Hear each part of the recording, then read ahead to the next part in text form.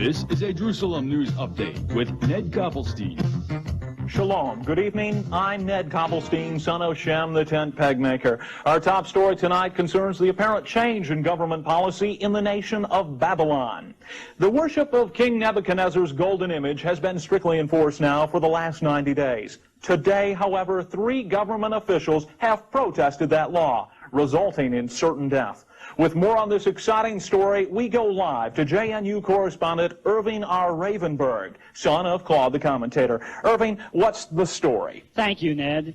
Apparently, what has taken place here today will have revolutionary ramifications throughout all of Babylon. I have with me now the gentleman that is responsible for breaking this story wide open for us, Philip the Chaldean. Philip, in your own words, would you mind telling us exactly what took place here today, quickly? Well, I'll tell you exactly what happened. These 3 anti-government rebels, Shadrach, Meshach, and Abednego, or whatever his name is, they wouldn't bow down our national idol like every other law-abiding Babylonian of our country. So I, as a loyalist, turned them into the king for execution. We have it on good report that they were thrown into the king's fiery furnace, and yet they actually survived it. That is totally irrelevant. What's important here is that the king changed a major government policy because of a few rebels. Would you mind telling us exactly what that policy change was, Phil? Well, now all the Babylonians have to worship the god of the Shadrach, Meshach, and Abednego, or whatever his name is. Well, thank you very much, Philip. We appreciate your help.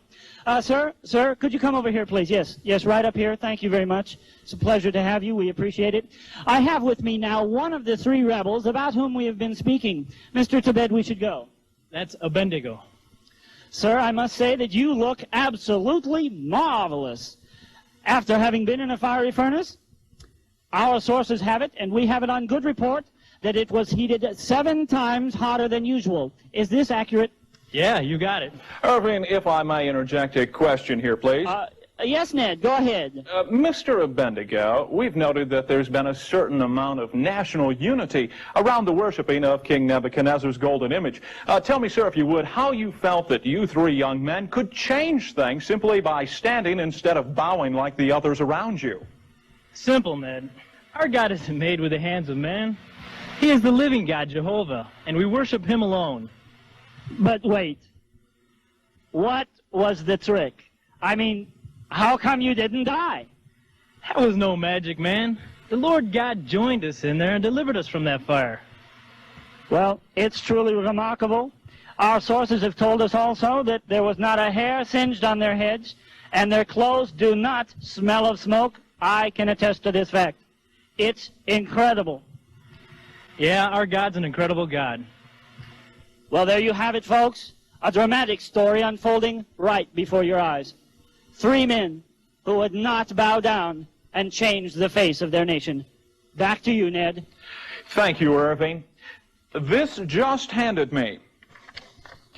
In an emergency news conference held just moments ago at the palace of King Nebuchadnezzar, the king has issued a new decree, and I quote the king: "Any people, nation, or tongue that speaks anything offensive against the God of Shadrach, Meshach, or Abednego shall be torn limb from limb, and their houses reduced to a rubbish pile." Strong words from the palace. That's news for now. I'm Ned Koppelstein. Jerusalem News Update.